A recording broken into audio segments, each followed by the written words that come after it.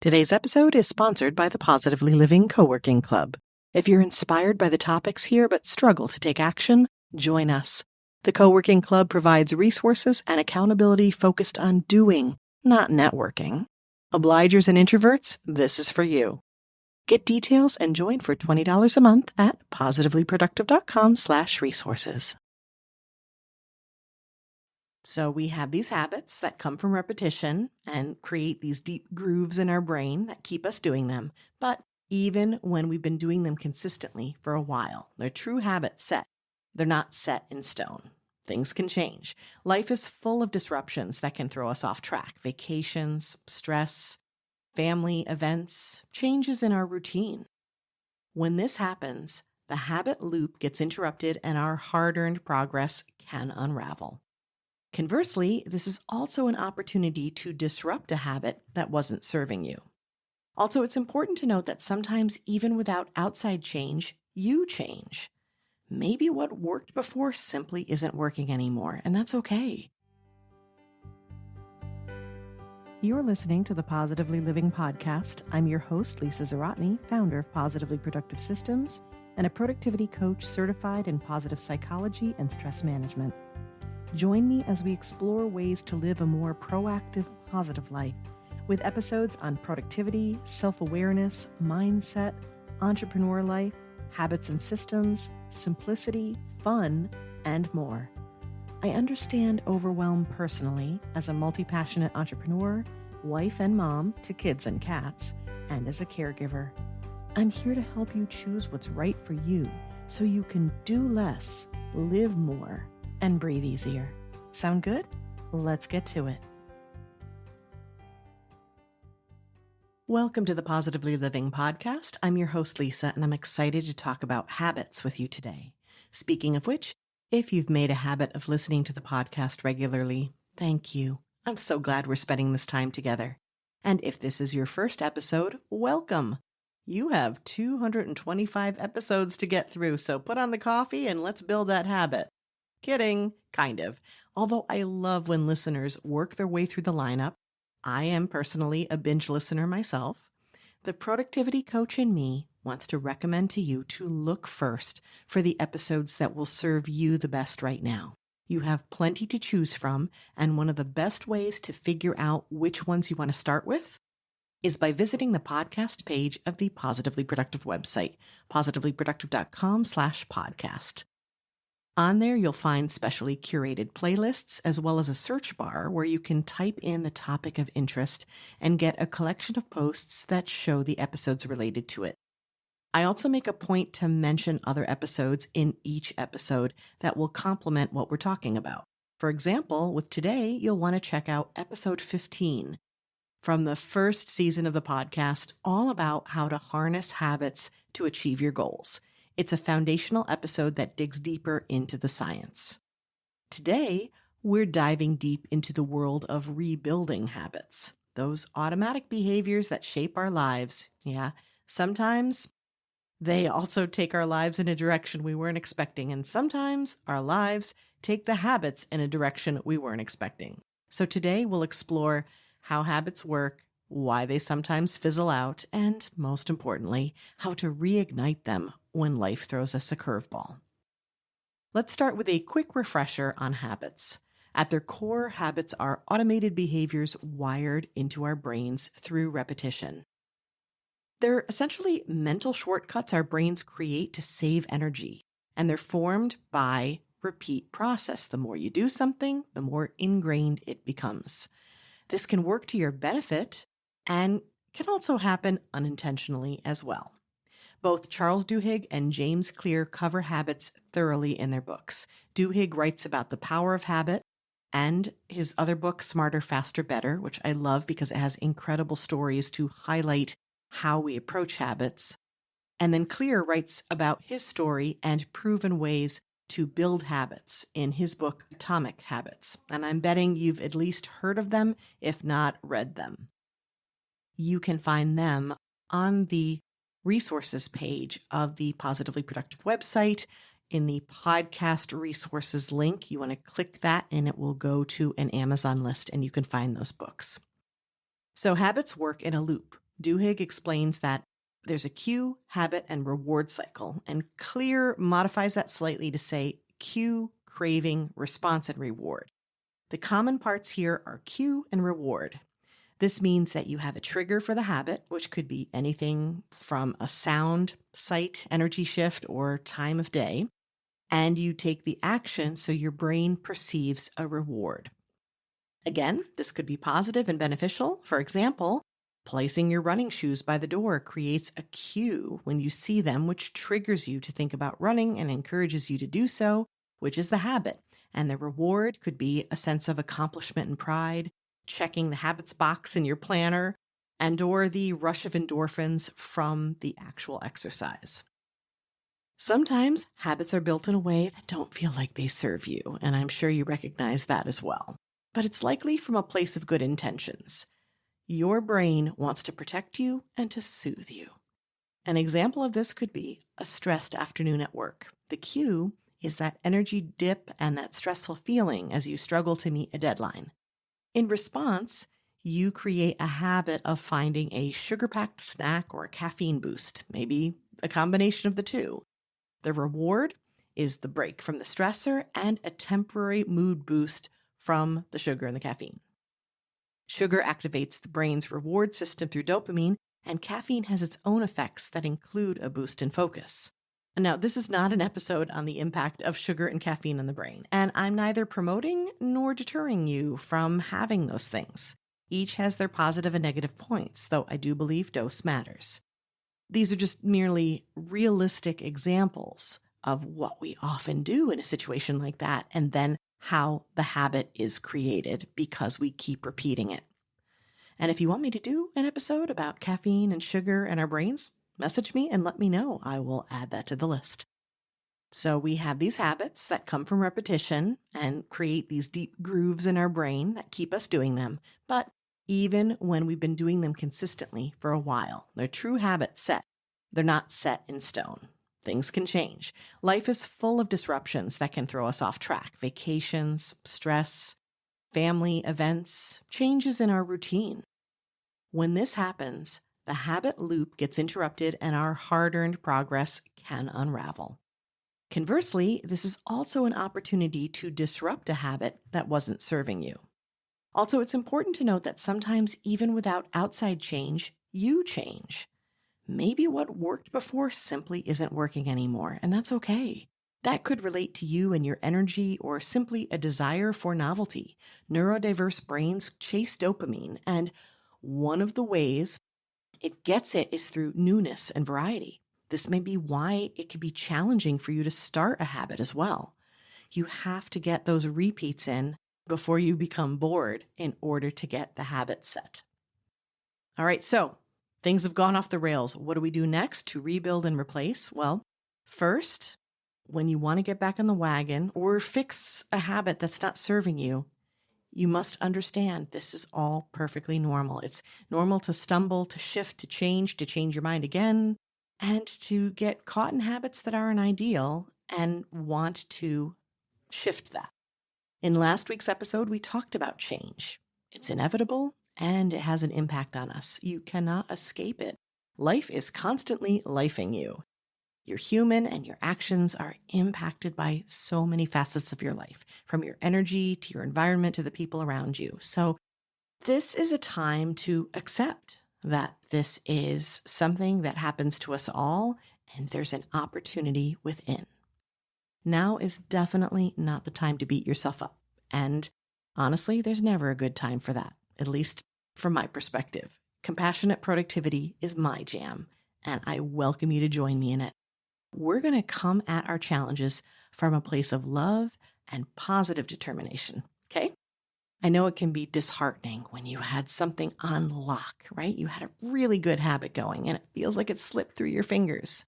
It's frustrating, so do take a moment to feel that. Forgive yourself, especially if you're feeling self-blame. Forgive the situation. Take a deep breath and then start again. The way to do that is by looking at your habit with a fresh perspective. You can assess why you lost it, which can also help with the forgiveness part. A lot of times there can be things that happen that you had no control over, It's going to shift how you respond to the world around you. Grief and trauma are big ones we talk about a lot on the podcast. So that may be a reason why your habits basically had to shift so you can let go of the self-blame that tends to linger because we always think that it was something we did. And ask yourself what improvements might help you start again, regardless of the reason. This is why reflection time is so important. We need to see how something was not working. And maybe that was a sign that it wasn't right for you or not right for you anymore. And because we so readily fall into habits, it's imperative that we stop and consider, are they still serving us? Sometimes they do in the beginning, but over time, they don't. We need to pay attention so we can catch when it's time to adjust. So beyond being kind to yourself, there are specific steps you can take to rebuild or replace a habit. The concepts behind these are inspired by James Clear's suggestion that you make your habits easy and satisfying, and by Charles Duhigg's golden rule of habits. You'll see what I mean in a minute. Speaking of making it easy, one additional thought I want to share is the idea of friction in your life. It's a term in productivity that sometimes describes demands at work that block your flow, like your flow state, which is a really productive state. But I would also say it's what creates drag in your life, what slows you down.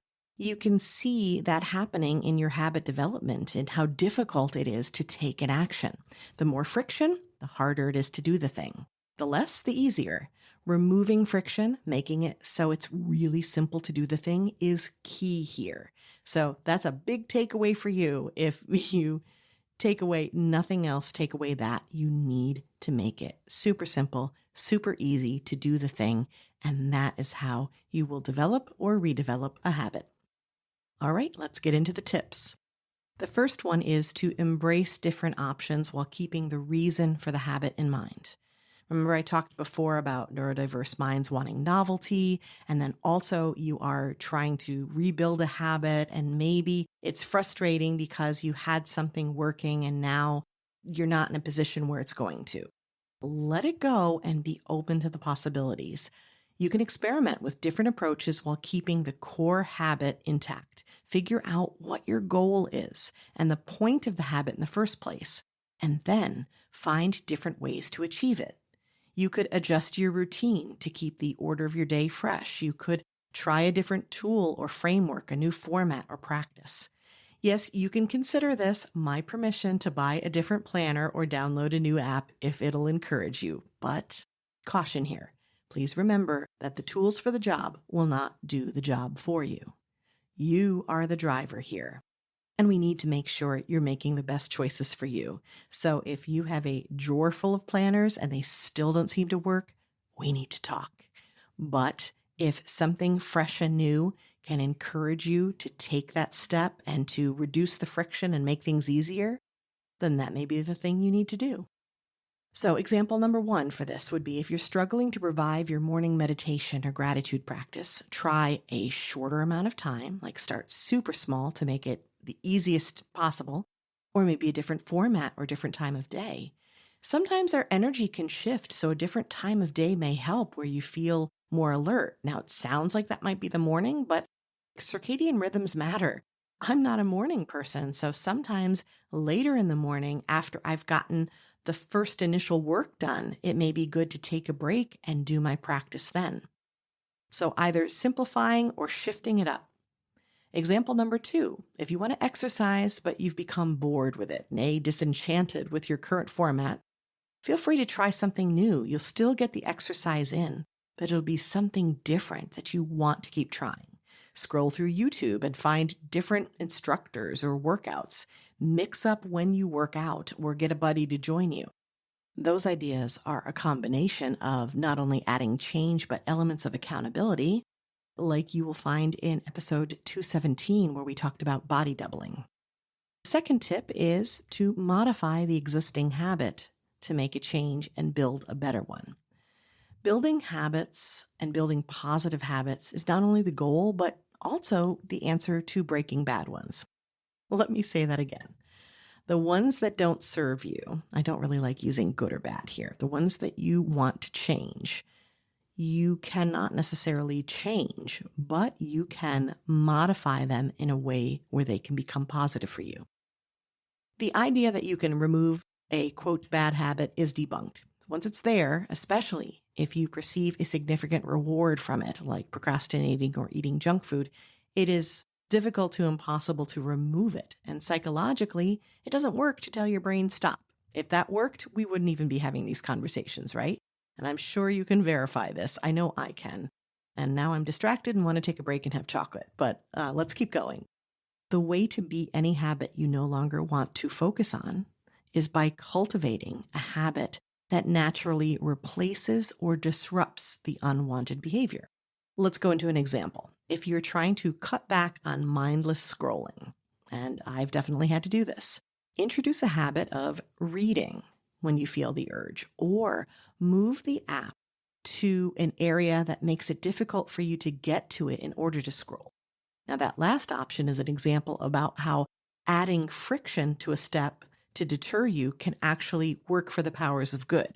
It can help block what you're trying to avoid. All right, third tip for you is to change or fix your environment.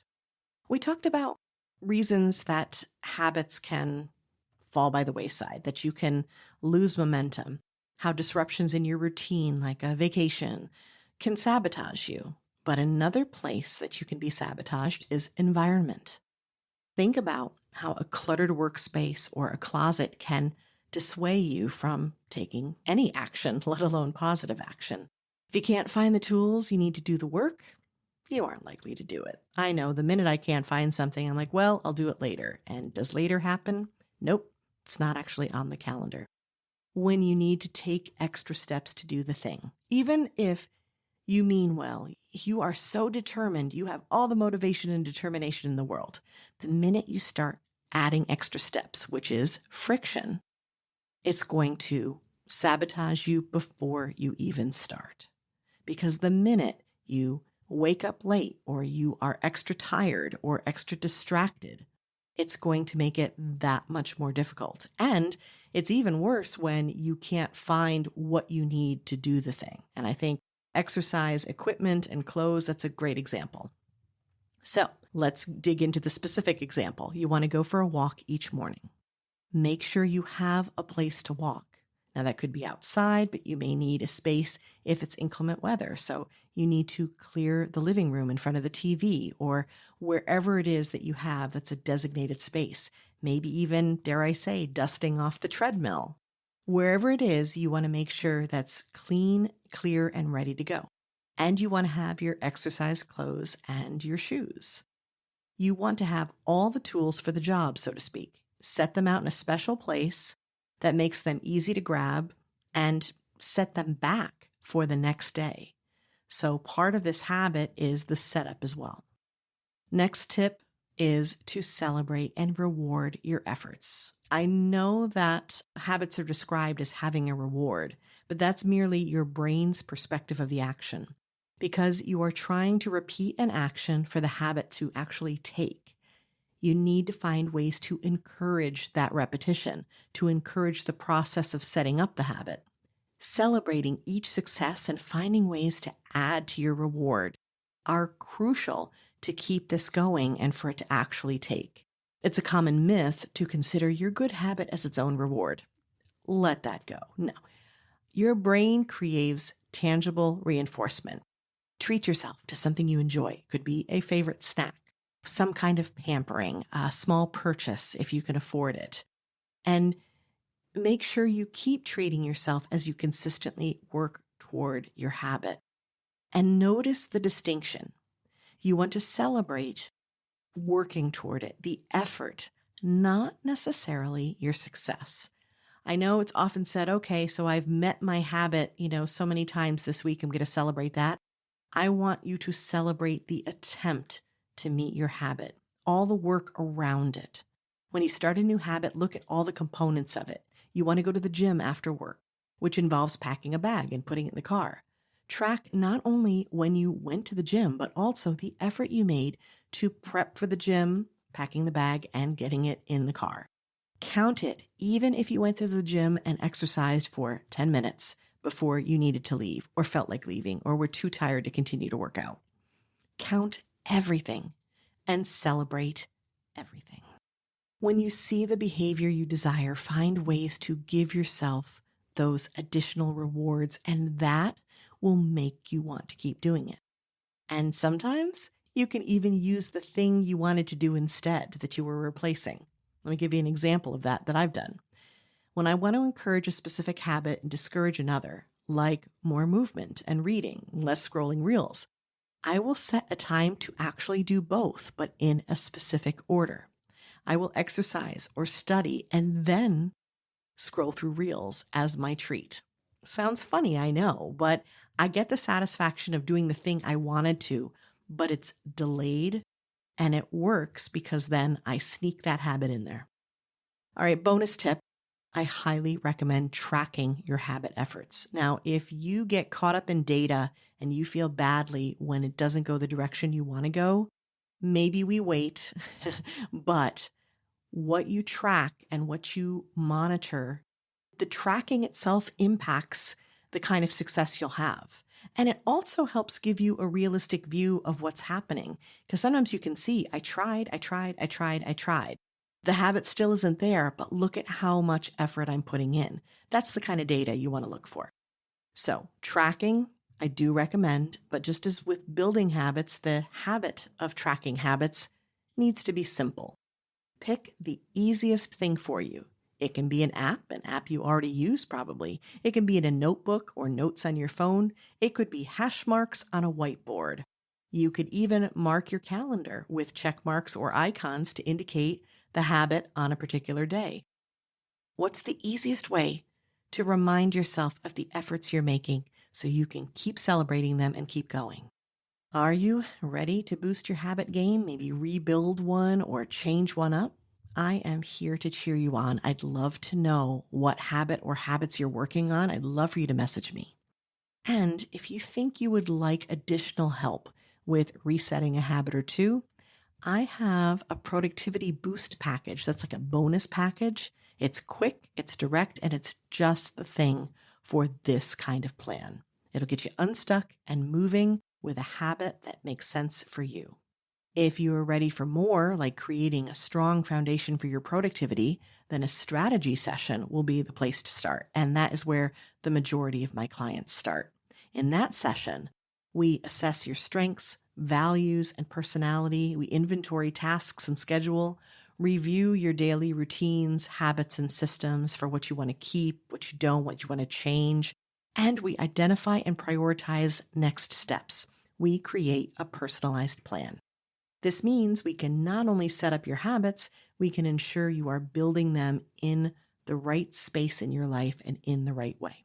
You can find those coaching packages on the coaching page of the Positively Productive website, positivelyproductive.com/coaching, if you'd like to learn more about them. And I always welcome you to message me with questions as well. Remember, getting back into the groove of a habit takes time and practice, but the rewards are significant. Be kind to yourself, celebrate every step, no matter how small, and stick with it. Consistency will help you reach your goals.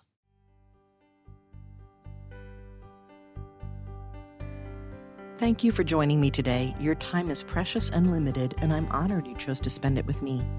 If you have feedback, questions, or want to schedule a chat, head to positivelyproductive.com/connect.